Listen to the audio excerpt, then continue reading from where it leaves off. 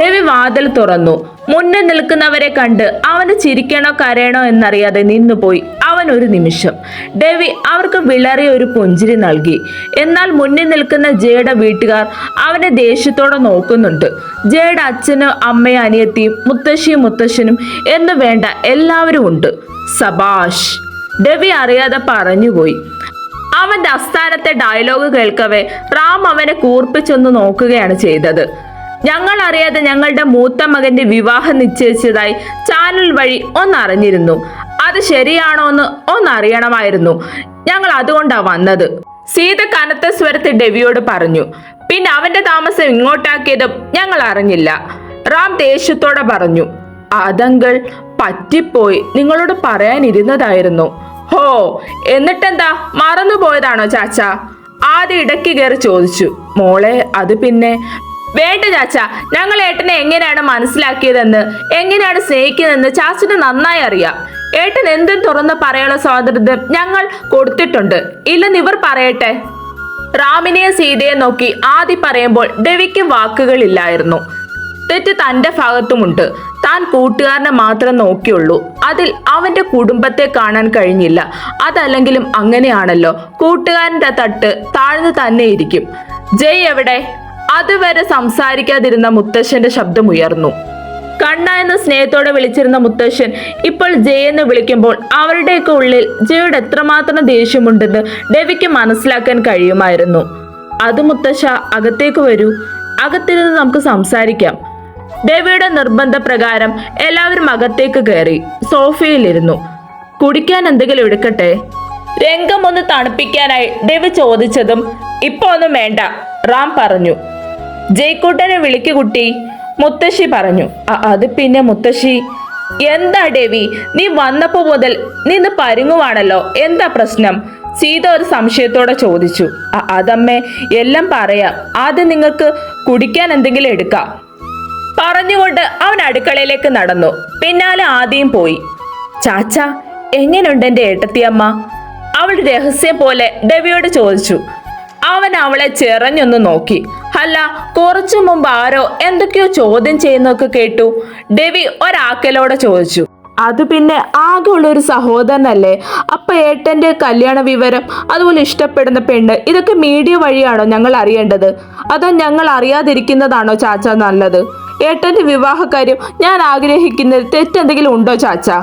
ഞാനും ഏട്ടനും അങ്ങനെ ആയിരുന്നോ? സഹോദരനുപരി അല്ലെങ്കിൽ സഹോദരിക്കുപരി ഞങ്ങൾ നല്ല കൂട്ടുകാരല്ലായിരുന്നോ?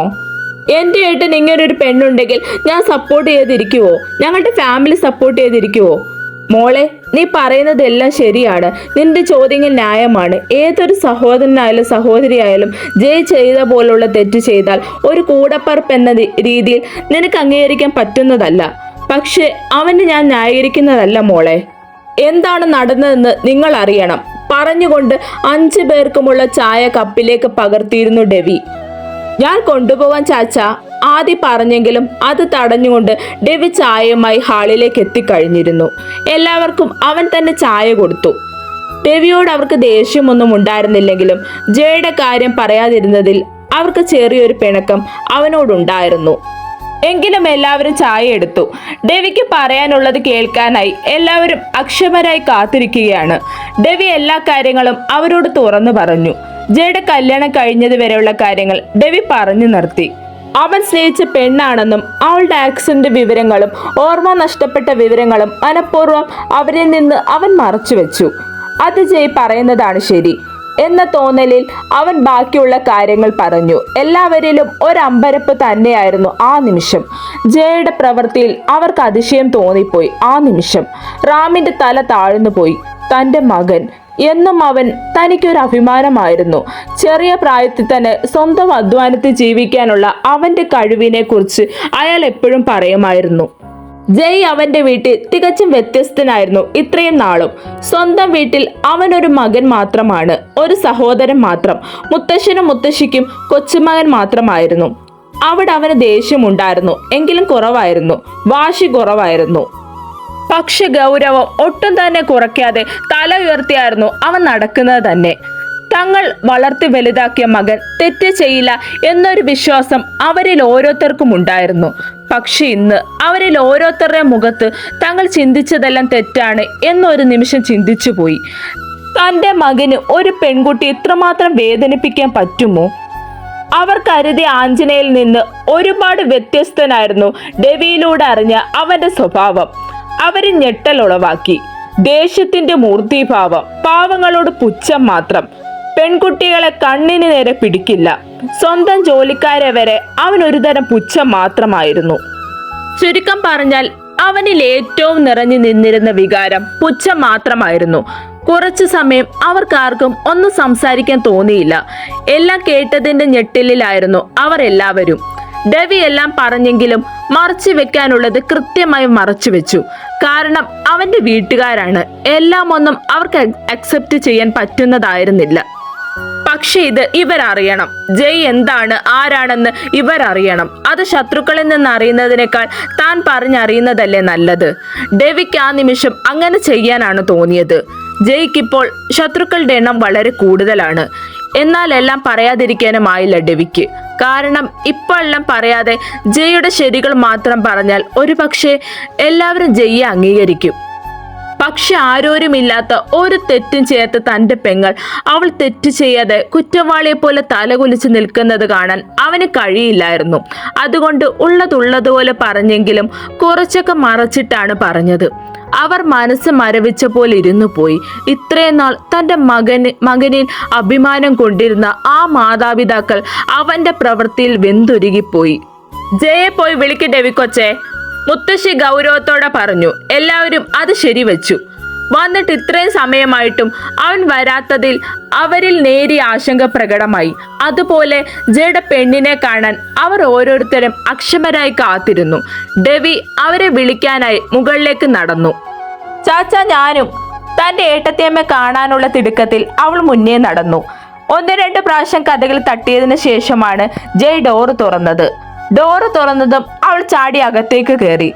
ജയ് ഞെട്ടിപ്പോയി. അകത്തേക്ക് കയറിയ ആളെ കണ്ട് ഒരു നിമിഷം എന്തു പറയണമെന്ന് പോലും അറിയാതെ തറഞ്ഞു നിന്നുപോയി അവൻ. ഒരു നിമിഷം ചുണ്ടുകൾ ആ പേര് മന്ത്രിച്ചു. ആദ്യ. ജയ് അതേ ഞെട്ടലോടെ ഡെവിയെ നോക്കി. എല്ലാം കൈവിട്ട് പോയട എന്ന എക്സ്പ്രഷനും ഇട്ട് നിൽക്കുന്ന ഡെവിയെ കണ്ട് അവൻ ഏറെക്കുറെ കാര്യങ്ങൾ മനസ്സിലായി. ജയ് കണ്ണുകൾ അടച്ച് ശ്വാസം ഒന്ന് ആഞ്ഞു വലിച്ചു. അവൻ അവളുടെ അടുത്തേക്ക് ചെന്നു. ഏട്ടൻ്റെ ആദിക്കുട്ടാ. ചാച്ച, എനിക്ക് സംസാരിക്കാനുള്ളത് ഏട്ടത്തിയോടാണ്, അല്ലാതെ വേറെ ആരോടുമല്ല. അവൾ ജയ്യെ നോക്കാതെ പറഞ്ഞു. ആദി. ജയ് വിളിച്ചെങ്കിലും അവൾ നോക്കാൻ തയ്യാറായില്ല. ഇനി നിങ്ങൾക്കൊരു ഡൗട്ട് കാണും. ഇവളല്ല ലവൾ. ഏത്?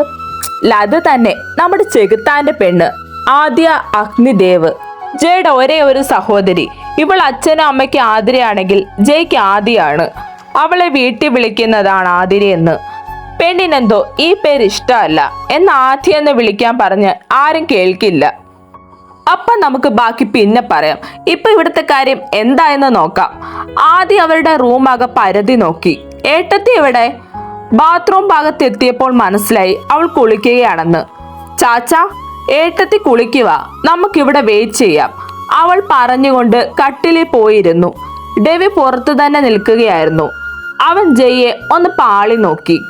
ഇപ്പം അരച്ചു കൊടുത്ത ഒറ്റ വലിക്ക് അവൻ കുടിക്കും എന്ന് തോന്നിയതും, മോളെ ദേ ഇങ്ങോട്ട് വന്നേ, ചാച്ച പറയട്ടെ. ഒന്നും കേൾക്കണ്ട, ഞാൻ വരില്ല. അവൾ വാശി കണക്കെ അവിടെ ഇരുന്നു. മോളെ വന്നേ പറയട്ടെ. അവസാനം ഡെവി പിടിച്ചു വലിച്ചു കൊണ്ട് പോകുകയാണ് ചെയ്തത്. എന്തായാലും വീട്ടുകാരുടെ ചോദ്യത്തിന് മറുപടി നൽകണം. എന്തായാലും കാര്യങ്ങൾ ഇവിടെ വരെ ആയില്ലേ. ഇങ്ങനൊന്നും അവതരിപ്പിക്കാനായിരുന്നില്ല താൻ ആഗ്രഹിച്ചത്. ഇത് വിഷയം വലുതാകുന്ന തരത്തിലേക്കാണ് കാര്യങ്ങളുടെ പോക്ക്. ആദ്യ പോലും മിണ്ടുന്നില്ലല്ലോ. അല്ലെങ്കിൽ അവൾ ഇങ്ങനെ ആയിരുന്നില്ല. ഇപ്പൊ അവൾ കേട്ടത്തിയ മതിയല്ലോ. ഇനി ഏട്ടാന്ന് വിളിച്ച് വരട്ടെ പെണ്ണ്. ജയ് കട്ടിലിരുന്ന് ഓരോ ചിന്തകളിൽ ആഴ്ന്നു പോയി.